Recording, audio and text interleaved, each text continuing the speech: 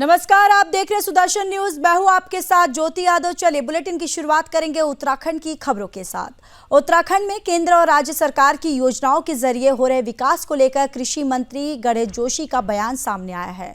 कृषि मंत्री गणेश जोशी ने कहा कि उत्तराखंड में केंद्र और राज्य सरकार की योजनाओं के जरिए तेजी से विकास हो रहा है, जिसकी वजह से राज्य के जीडीपी में पिछले 2 सालों में 1.3 गुना उछाल आया है। साल 2017 में अब तक के प्रदेश में डबल इंजन की सरकार में राज्य का सकल घरेलू उत्पाद तेजी से बढ़ा है और प्रदेश में कृषि इंफ्रास्ट्रक्चर और उत्पादन क्षमता बेहतर हुई है। उन्होंने कहा कि राज्य सरकार ने उत्तराखंड की जीडीपी को अगले 5 सालों में दोगुना करने का लक्ष्य रखा गया, जिसके लिए कृषि के क्षेत्र में विशेष तौर पर ध्यान दिया जा रहा है। राज्य के कृषि मंत्री गणेश जोशी का कहना है कि प्रदेश में मौजूदा समय में कृषि भूमि कम हुई है। इसके बावजूद राज्य सरकार किसानी और बागवानी के क्षेत्र में नई तकनीक पर काम कर रही है, जिससे फसलों की पैदावार बढ़ रही है। कृषि मंत्री ने कहा कि उन्हें उम्मीद है कि कृषि के क्षेत्र में जो काम राज्य सरकार कर रही है वो प्रदेश की जीडीपी बढ़ाने में अपना महत्वपूर्ण योगदान देंगे।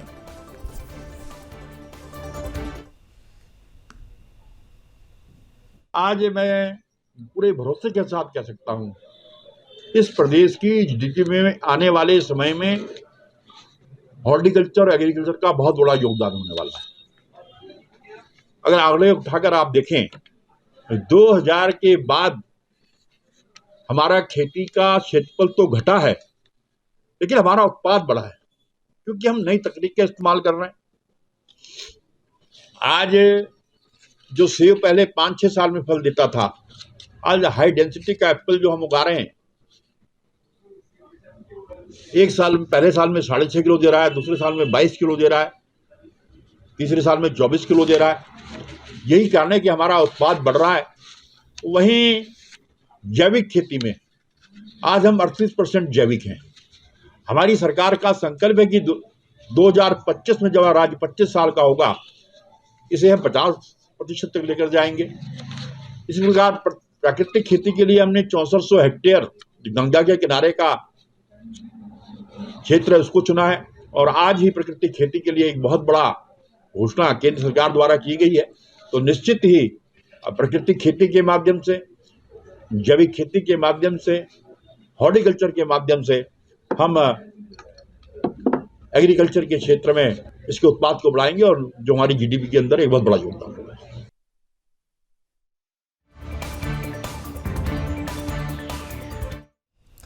आवास और शहरी विकास मंत्री डॉक्टर प्रेमचंद अग्रवाल ने ब्राह्मणवाला में निर्माणाधीन आड़त बाजार का निरीक्षण किया और इस दौरान एमडीडीए द्वारा निर्माणाधीन पार्किंग, फायर स्टेशन आदि का निरीक्षण किया गया। उन्होंने कार्यों में गुणवत्ता बनाए रखने के लिए अधिकारियों को निर्देशित किया। निरीक्षण के दौरान मंत्री अग्रवाल ने बताया कि लगभग 126 करोड़ रुपए की योजना से करीब 10 हेक्टेयर भूमि पर आड़त बाजार शिफ्ट किया जा रहा है। आपको ये भी बताते चले कि 5 मंजिला पार्किंग निर्माणाधीन है, जिसमें 570 वाहनों को पार्क किया जा सकेगा। इसके अलावा उन्होंने बताया कि आड़त बाजार में एक मंदिर, धर्मकांटा, एलटी पैनल, रूम, ठोस अपशिष्ट निस्तारण का गार्बेज कलेक्शन का भी प्रावधान किया गया है। 2025 के मई महीने तक ये कार्य जो है वो पूरा कर लिया जाएगा। उन्होंने ये भी बताया कि उनकी ओर से विभाग को गुणवत्ता के साथ तय समय के भीतर कार्य करने के निर्देश दिए गए हैं।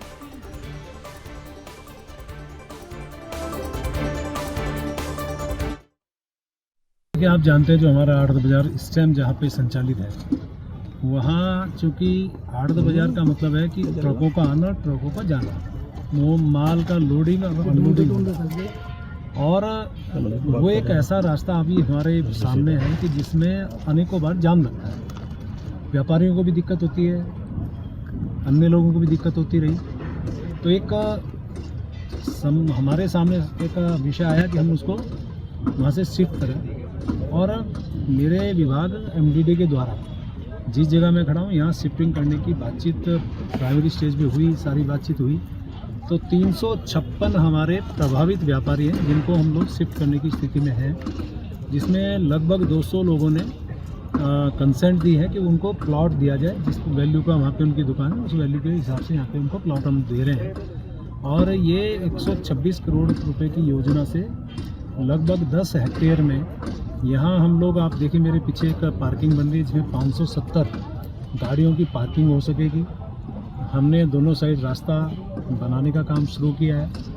यहाँ एक ओवरहेड टैंक पानी का होना है, टॉयलेट्स बनने हैं जिसमें एक महिला के लिए पिंक टॉयलेट बनना है, एक पुल बनना है। कुल मिला के इसको हम बहुत तेज़ी से काम कर रहे हैं। लगभग मई 2025 तक इस काम की अवधि अभी हमारे सामने है। काम में गति भी है और मेरे द्वारा कहा भी गया है कि काम समय से भी हो, गुणवत्तापरक भी हो। सामने नाला बहता हुआ भी मैंने देखा है, जो गंदा नाला मैं कह सकता हूँ, उसके लिए भी मैंने थोड़ा सा, मुझे लगा कि गंदी स्मेल उसमें आ रही थी, तो उसके लिए अलग से एक प्रोजेक्ट बन रहा है जिसमें आने वाले लोगों को उससे दिक्कत ना हो।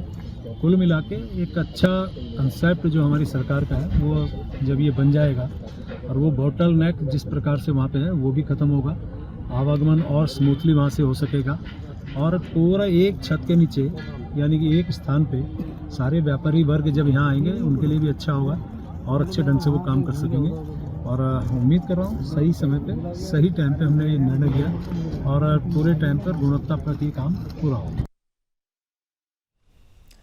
चलिए आगे बढ़ते हैं। मंगलवार को राज्यपाल लेफ्टिनेंट जनरल गुरमीत सिंह ने राजभवन में संविधान दिवस की 75वीं वर्षगांठ के अवसर पर सभी अधिकारियों और कर्मचारियों को संविधान में निहित कर्तव्यों और दायित्वों की शपथ दिलाई।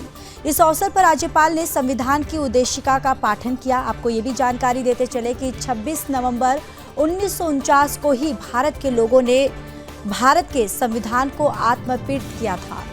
राज्यपाल ने बाबा साहब डॉक्टर भीमराव अंबेडकर सहित संविधान के सभी निर्माताओं को नमन करते हुए कहा कि संविधान भारतीय लोकतंत्र की आत्मा है और इसकी समस्त शक्तियों का स्रोत भी है। राज्यपाल ने कहा कि स्वतंत्र भारत के संविधान निर्माण के ऐतिहासिक कार्य में देश के अनेक महामनुष्यों की परिश्रम और महान विचारों की व्यापकता से एक लोक कल्याणकारी संविधान की मजबूत संरचना संभव होती। इसके अलावा राज्यपाल ने कहा कि संविधान दिवस पर हम सब के लिए भारत के संविधान में निहित सच्चे आदर्शों और सिद्धांतों और पवित्र कर्तव्यों के बोध को स्मरण करने का दिन है। उन्होंने कहा कि हमारा संविधान विश्व का सबसे बड़ा लिखित दस्तावेज है जो एक राष्ट्र के रूप में हमारे लिए एक प्रकाश स्तंभ है।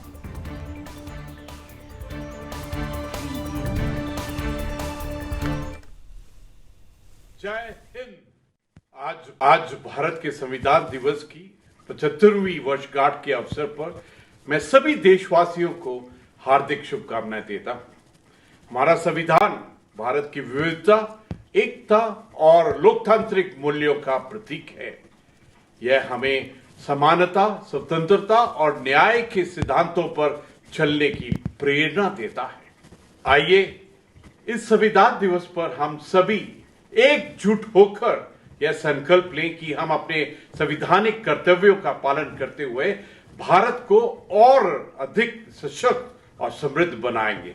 जय हिंद।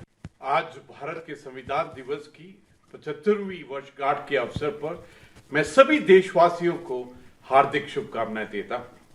हमारा संविधान भारत की विविधता, एकता और तो चलिए आगे रुक कर लेते हैं इस वक्त की बड़ी और अहम जानकारी की और उत्तराखंड में गृह मंत्री अमित शाह का दौरा है। ये बड़ी जानकारी देखिए आपको पहुंचा रहे हैं, जहां देहरादून में केंद्रीय गृह मंत्री अमित शाह का उत्तराखंड का दौरा। ये बड़ी जानकारी देखिए, देहरादून के जॉली ग्रांट एयरपोर्ट पहुंचे गृह मंत्री अमित शाह और सीएम धामी ने गृह मंत्री अमित शाह का जोरदार स्वागत किया है। ये तस्वीरों में भी आप देख सकते हैं कि गृह मंत्री Amit Shah jolly grant airport पहुंचे हैं, जहां मुख्यमंत्री पुष्कर सिंह धामी ने जोरदार स्वागत किया है।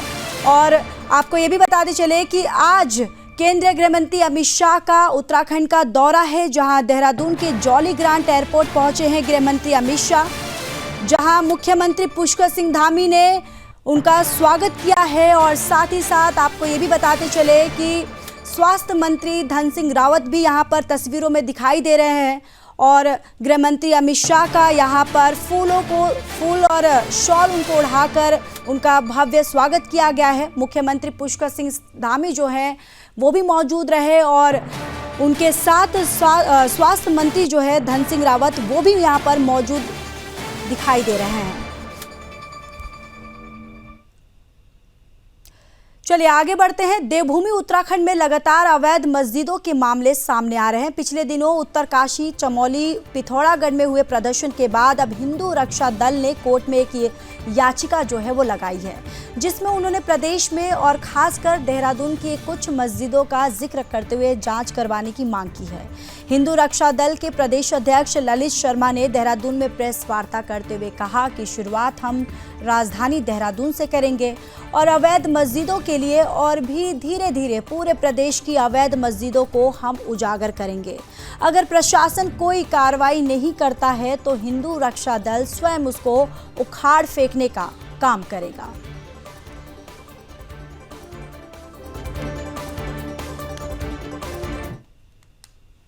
मज़ारे बिल्कुल भी किसी भी कतई पे बर्दाश्त नहीं। देखिए आज से 8 से 10 दिन हो गए, हमने एक याचिका डाली थी आरटीआई के विरुद्ध। हमने आरटीआई से सूचना मांगी थी। तो सूचना में कुछ सूचनाएं सूचना विभाग से हमें पूरी नहीं मिल पाई। इसका मतलब कहीं ना कहीं एमडीडीए की ये खामियां है। सूचना ना मिलने का कारण है, सूचना में देरी होने का कारण है, कहीं ना कहीं खामियां है। कुछ जांच हमने कर ली है, कुछ पेपर हमारे पास है, वो जो हम कोर्ट के सम्मुख पेश करेंगे। मगर देहरादून से अवैध मस्जिदें, और देहरादून से हम इसलिए बोल रहे हैं, शुरुआत राजधानी से करेंगे और पूरे उत्तराखंड में हिंदू रक्षा दल उस ताकत से फैलेगा कि पूरे उत्तराखंड में हिंदू रक्षा दल अवैध मस्जिदें और अवैध मज़ारे बिल्कुल भी किसी भी कतई पे बर्दाश्त नहीं करेगा। अगर शासन प्रशासन कार्रवाई नहीं करता तो हिंदू रक्षा दल भी जैसे उत्तरकाशी में वहां एक ऐसा आह्वान करेगा कि इन मस्जिदों को उखाड़ फेंकने का काम करेगा। उत्तराखंड की बात नहीं करता मैं, देहरादून में लगभग 4 से 5 मस्जिदें ऐसी हैं जिनका अभी 2 मस्जिदों का नाम सामने आ चुका है, जिनमें पहले भी आवाज उठाई गई है। मगर कुछ राजनीतिक दबाव के कारण और कुछ लोगों के खाने गए थे, आज वहां बड़े रियासी या बड़े होटल खुल चुके हैं। उन पर जल्दी हिंदू रक्षा दल एक बड़ी कार्रवाई करेगा और कार्रवाई उस तरह की करेगा कि ना तो बैठेगा ना बैठने देगा। उन मस्जिदों को तत्काल में ध्वस्तीकरण का कार्यक्रम हिंदू रक्षा दल करेगा उच्चतम न्यायालय के जरिए। करेंगे कोर्ट में कि यही है। चलिए हल्द्वानी की बात कर लेते हैं। हल्द्वानी में प्रशासन और पुलिस ने शहर में संचालित ई रिक्शा यूनियन के पदाधिकारी से वार्ता करते हुए यानी उनसे बातचीत करते हुए उनको सख्त लहजे में चेतावनी दी है कि 1 दिसंबर से कोई भी ई रिक्शा स्टेट हाईवे और नेशनल हाईवे में नहीं चलाएगा। इसके अलावा सभी ई रिक्शा स्वामियों को अपने सत्यापन करने आवश्यक होंगे। साथ ही प्रशासन द्वारा निर्धारित की गई वर्दी भी पहननी होगी। इसके अलावा सभी ई रिक्शा स्वामियों को निर्देश दिए गए हैं कि वो समय पर सत्यापन करेंगे और 1 दिसंबर से नियम संगत चलेंगे और अन्यथा प्रशासन रोजाना चेकिंग अभियान चलाकर लगातार कार्रवाई करेगा।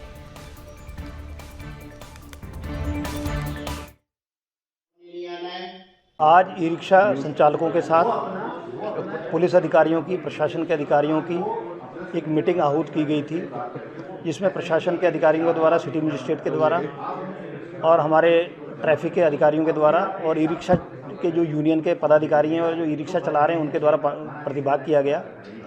इसमें ये उनको निर्देशित किया गया कि वो नेशनल हाईवे, हमारा Nainital road, Rampur road, Bareilly road और कालाडूंगी रोड पर वो प्रतिबंधित किया गया है उनको, वहाँ पर ई रिक्शा नहीं चल सकते हैं। इसके अलावा इनको 7 दिन का टाइम दिया गया है, 1 सप्ताह का, जिसमें ये टीआई साहब के पास अपना एड्रेस, जिनका वेरिफिकेशन हो चुका है 500 ई रिक्शा वालों का, वो अपने वेरिफिकेशन के साथ अपना एड्रेस नोट कराएंगे और उस एड्रेस के अनुसार जो रूट पास में पड़ेगा उस ई रिक्शा चालक को वहाँ का रूट दिया जाएगा। ये 7 दिन में ये लोग हमें पूरी अपनी रिपोर्ट दे देंगे। उसके बाद टीआई साहब हमारे सामने रिपोर्ट प्रस्तुत करेंगे। उस रिपोर्ट के आधार पर फिर हम सारे अधिकारियों के साथ बैठ के मीटिंग करेंगे कि किस पर संख्या ज़्यादा है लोगों के चलने वाली, वहाँ पर ज़्यादा ई रिक्शा दिए जाएंगे। जहाँ पर कम लोग चलने वाले होंगे वहाँ पर कम लोगों को, कम संख्या में ई रिक्शा को अनुमति दी जाएगी। नहीं है ना, लेकिन आप ये सोचिए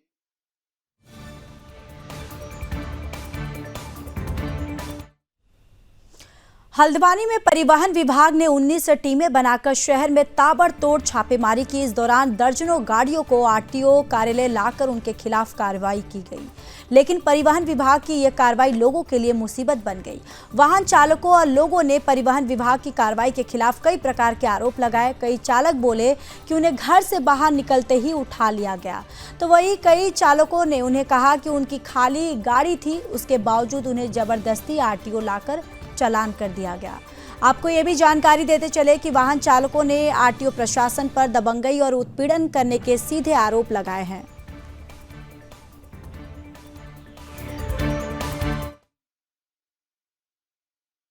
हमारी जो है आज हमने स्पेशल अभियान चलाया था जिसमें हमारी 19 टीम्स लगी हैं पूरे संभाग की, और बस स्टैंड के पास, रेलवे स्टेशन के पास, पेट्रोल पंप के बाहर, मेन रोड पे अगर खड़ी करके गाड़ियाँ अगर चलाएंगे वहाँ से तो उस पर सख्त कार्रवाई की जाएगी। हमने पहले भी बता दिया था, और कुछ गाड़ियों के कागज़ भी ख़त्म हैं, इसलिए उन पर एनफोर्समेंट की कार्रवाई की गई है और ये आगे भी जारी रहेगी। और अभी इसके बाद ऑटो पे भी कार्रवाई की जाएगी जिनका सत्यापन हो चुका है, डेट खत्म हो चुकी है, फिर उसके बाद ऑटो पे भी इस चीज़ की कार्रवाई की जाएगी। लगभग 50 से 60 गाड़ियां हैं जिनके खिलाफ हमने अभी सुबह हमारी टीम्स ने कार्रवाई करी है। और अगर कोई न्यूसेंस करेगा रोड पे, अगर कोई भी गाड़ी, टैक्सी हो चाहे कोई भी गाड़ी हो, रोड पे किसी का न्यूसेंस बर्दाश्त नहीं किया जाएगा और हमारे एनफोर्समेंट की टीम आगे भी कार्रवाई करती रहेगी। गिराव नहीं किया है, हमें खुद उठा के लाया गया है। मैं घर से निकला था, मुझे कुसुमखेड़ा में रहता हूँ, मैं कुसुमखेड़ा से 100 मीटर आगे जाके हाथ दिया गया।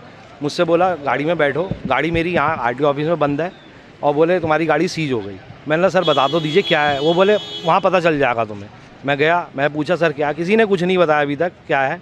अभी जाके बोल रहे हैं कि आप चालान करवाइए और जाइए। मेरे गाड़ी के कागज़ पूरे हैं, सब कुछ है। मैं घर से बाहर निकला हूँ, मैं घर से बाहर मतलब मुझे उठा दिया गया है, बिल्कुल एक जैसे मैं कोई क्रिमिनल हूँ, कुछ हूँ इस तरीके से। कुछ ऐसा नहीं कि मैं मतलब कुछ मैंने गलत किया हो, मैं चलती रोड में सर, कुछ ऐसा नहीं मैं गलत हूँ। बड़ी सवारियाँ, गाड़ी के कागज़ पूरे हैं, सब कुछ पूरा है।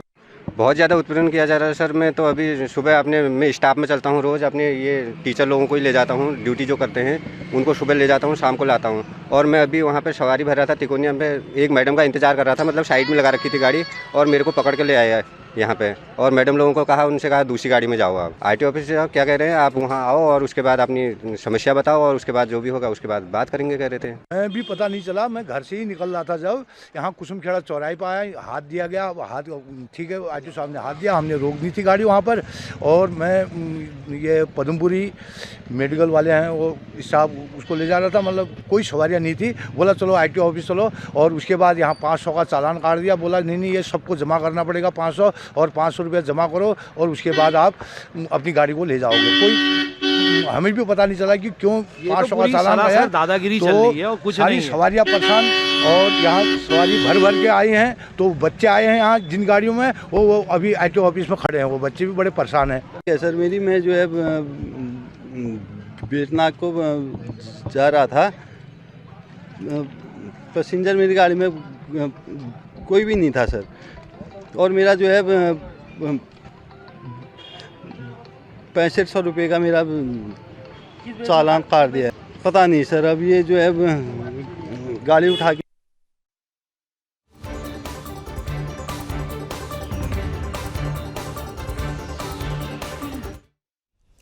चलिए आगे बढ़ते हैं। मसूरी में स्वच्छ भारत मिशन शहरी 2.0 के तहत क्लीन टॉयलेट अभियान 2024 के तहत मसूरी नगर पालिका परिषद द्वारा मसूरी क्षेत्र के अंतर्गत आने वाले सभी शौचालयों का दुरुस्त करने का कार्य जो है यानी कि काम जो है वो शुरू कर दिया गया है, जिसको लेकर अधिशासी अधिकारी रजनीश डोबरियाल और स्वास्थ्य अधिकारी डॉक्टर आभास सिंह द्वारा मसूरी के सभी शौचालय का निरीक्षण किया गया।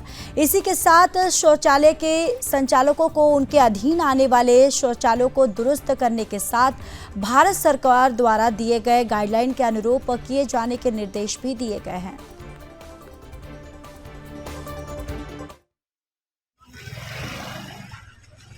शौचालय अभियान 2024 के तहत हम सभी शौचालय में ये देख रहे हैं कि वो प्रॉपर रूप से काम कर रहे हैं या नहीं कर रहे हैं, उनमें क्या कमियां हैं और उनको दूर करने के लिए हम जो जरूरी कदम है वो उठाने का प्रयास कर रहे हैं, जिसके तहत हम मतलब शौचालय में जिसको हमने कॉन्ट्रैक्ट दिया है उससे भी बातचीत करके सफाई के लिए प्रॉपर व्यवस्था की जाए, इस संबंध में हम थोड़ा निरीक्षण शौचालयों का कर रहे हैं। जी बिल्कुल, स्वच्छ भारत जो गाइडलाइन है उसके तहत अगर शौचालयों का संचालन नहीं होगा तो उसके खिलाफ दंडात्मक कार्रवाई भी हम करने की वो करेंगे, कोशिश करेंगे।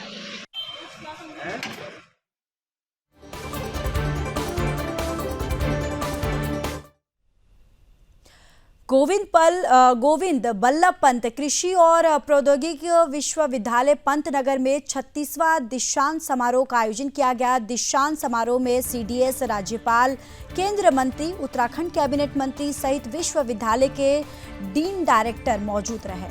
सीडीएस अनिल चौहान और कृषि के क्षेत्र में बेहतर काम करने वाले पद्मश्री से सम्मानित प्रेमचंद्र शर्मा को मानद उपाधि से मानक उपाधि से नवाजा गया, जिसके बाद एक छात्र को कुलाधिपति गोल्ड पदक सहित 1172 विद्यार्थियों को उपाधि और दीक्षा दी गई। इसके अलावा कुलपति के 15 स्वर्ण पदक, 12 रजत पदक और 12 कांस्य पदक भी कई विषय के सर्वोत्तम प्रदान भी किए गए हैं।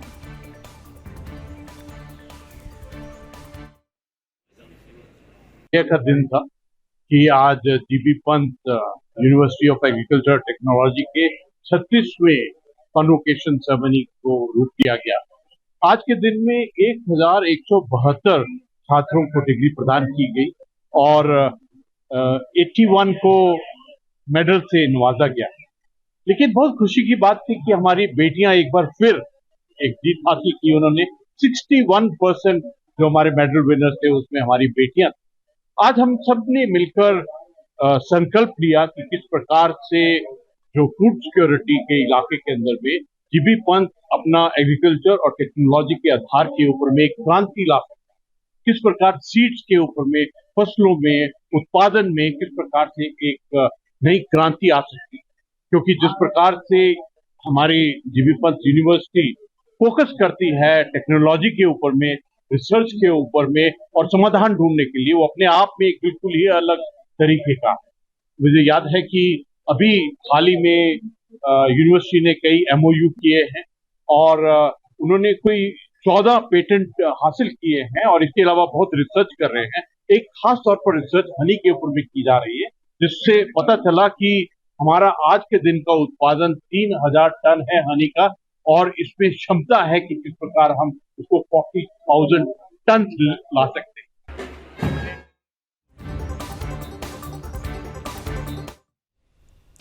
जिला मुख्यालय रुद्रपुर में विगत कई दिनों से डॉल्फिन कंपनी के मजदूरों द्वारा किया जा रहा है अनशन बीजेपी नेता के प्रयास के बाद समाप्त हो गया। अनशनकारी महिलाओं को जूस पिलाकर बीजेपी नेता विकास शर्मा ने उनका अनशन खत्म कर दिया है।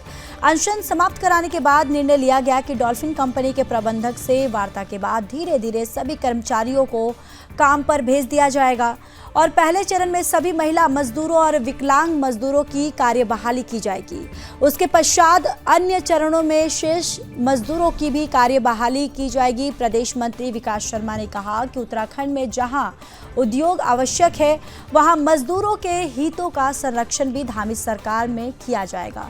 उन्होंने आगे बताया कि पूर्व में भी मुख्यमंत्री पुष्कर सिंह धामी ने बेरोजगार नौजवानों के लिए सिडकुल के अंदर बहुत लड़ाई लड़ी है। ये जो चाहते हैं कि उद्योगों का माहौल खराब हो, लोग हमारे मजदूरों को भी गुमराह करते हैं, सीधे साधे मजदूरों को। और इन लोगों के इस समय सबके घरों की हालत, बजट बिगड़ गया, सब नौकरी करने आए हैं, किराए के मकान में रहते हैं, बच्चों की फीस नहीं जा रही थी, किसी की EMI नहीं जा रही है, क्योंकि हम सब छोटे परिवारों के लोग हैं, सब पैसे से कार से सामान ले लेते हैं। आज स्थितियाँ बहुत खराब हो चुकी हैं और कोई सुध लेने वाला नहीं है। जब मेरी बात हुई है, मैंने इनके जो कर्मचारी हैं, सोनू, ये हमारे ललित, इन सब लोगों से भी वार्ता की। फिर मैंने ADM साहब से भी बात की, फिर मैंने ALC से भी बात की, फिर इनके प्रबंधन से ही मैंने बात की। तो जो छोटे मोटा बीच में तनाव आ रहा था, जो छोटी मोटी बातें थी जिस पे इनकी लड़ाई चल रही थी, वो खत्म हो गई है। वो प्रबंधन ने भी मुझे पूरा भरोसा दे दिया है कि वो सारी बातें मानने को तैयार हैं। इधर से कर्मचारी भी तैयार है कि हम बैठ के अब वार्ता करेंगे और बात के साथ काम करेंगे। उनकी तरफ से भी बड़ा दिल किया उन्होंने, उनके प्रबंधन ने। उन्होंने भी कहा है कि हम लोगों को थोड़े लोगों को अंदर करते जाएंगे और जो लोग अच्छा काम करते जाएंगे उनको आगे बढ़ाते जाएंगे और हम धीरे धीरे करके अपने सारे मजदूरों को ले लेंगे। क्योंकि अभी कुछ उन्होंने मजदूर नए भी रख लिए हैं, ये हड़ताल पे थे। अभी दिसंबर का महीना चल रहा है, दिसंबर के महीने में नई गाड़ी बिकती नहीं है, कुछ प्रबंधन की समस्याएं भी हैं, हम उनको भी समझ रहे हैं। लेकिन हमारा ये प्रयास है कि दोनों पक्षों का हम ऐसा तालमेल करें कि दोबारा ये हड़ताल ना हो। और मैं तो आप जानते हैं विषय मजदूरों की बहुत लंबे समय से लड़ाई लड़ता रहा हूँ। सिडकुल के अंदर माननीय मुख्यमंत्री पुष्कर सिंह धामी जी के नेतृत्व में हमने तब भी लड़ाई लड़ी कि उत्तराखंड के नौजवानों को रोजगार मिले, 70% रोजगार के लिए हमने लड़ाई लड़ी। सिडकुल कूच किया हमने धामी जी के नेतृत्व में। और पहले भी बहुत सारी कंपनियां, चाहे HP हो, रेडिएंट हो, गणेश पॉलीटेक्स हो, ब्रिटानिया हो, पार्ले हो, नेस्ले हो, इन सब कंपनियों की स्ट्राइक में भी हम लोग रहे। फिलहाल उत्तराखंड के बुलेटिन में इतना ही। बाकी देश और दुनिया की तमाम बड़ी खबरों के लिए देखते रहिए सुदर्शन न्यूज। जय हिंद।